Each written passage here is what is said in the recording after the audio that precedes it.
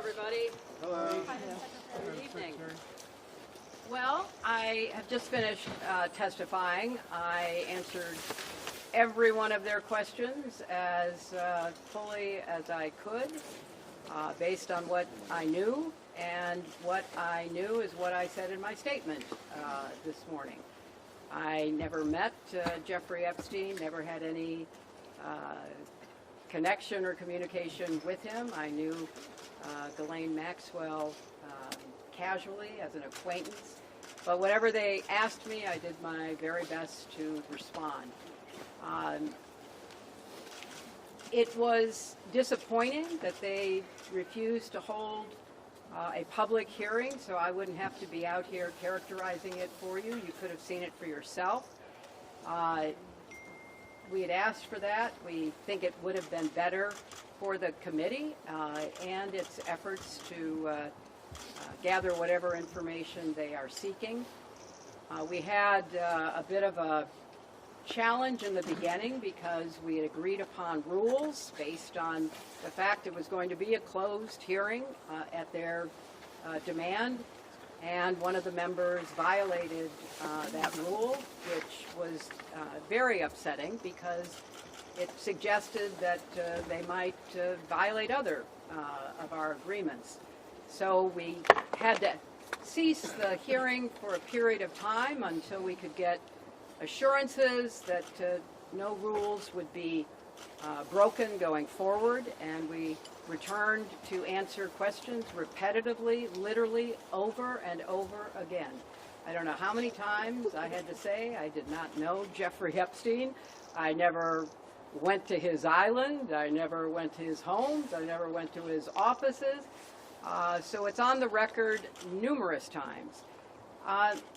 It then got, at the end, quite unusual because I started being asked about UFOs and a series of questions about Pizzagate, one of the most vile, bogus conspiracy theories that was propagated on the internet, that was serving as the basis of a member's questions to me.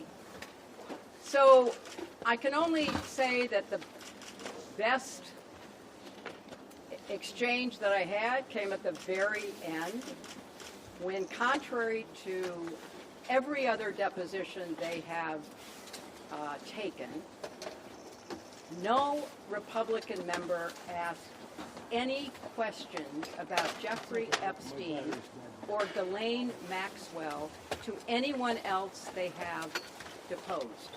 And in fact, the Republican members didn't even show up for the deposition of Les Wexner.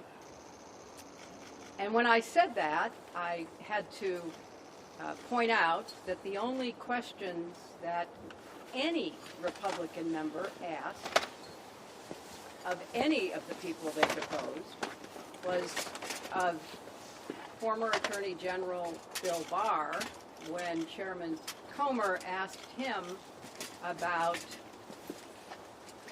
the allegations, in his view, about Russia's involvement in my election in 2016. So at the very end of this hearing, after I made that point, I want to commend Chairman Comer for raising a series of significant questions that I responded to about the nature of the investigation and the areas that I thought should be explored. So I appreciated that. I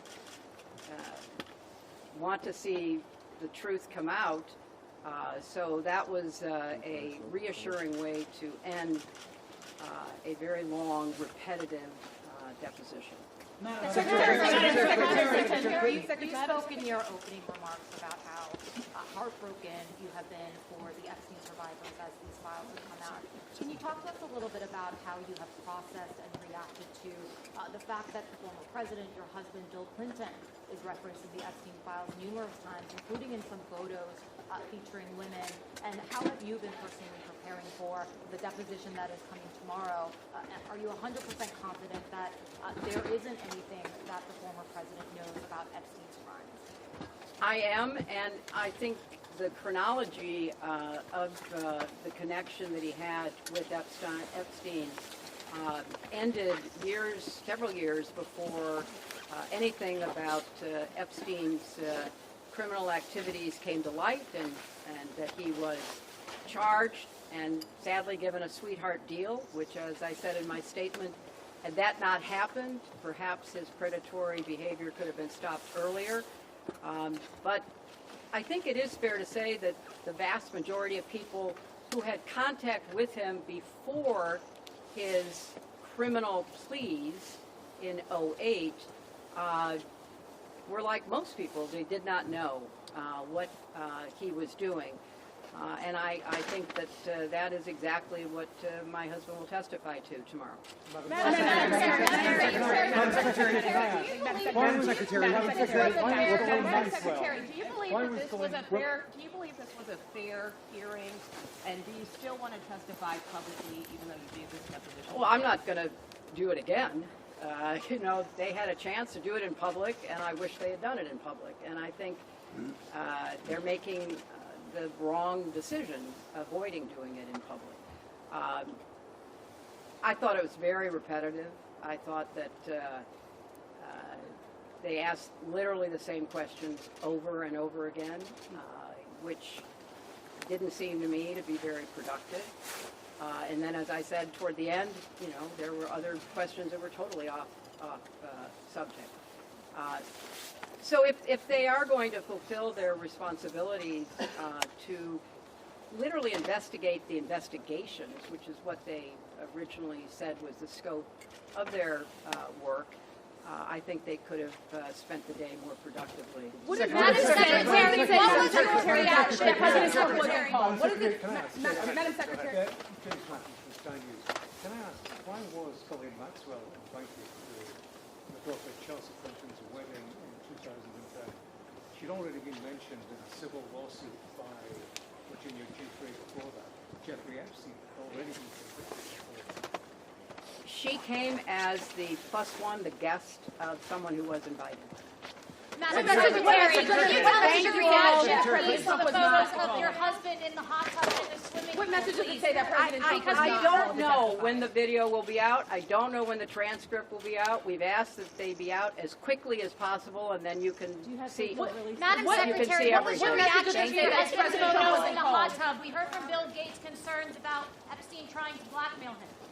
Support journalism you trust. Support PBS News. Donate now, or even better, start a monthly contribution today.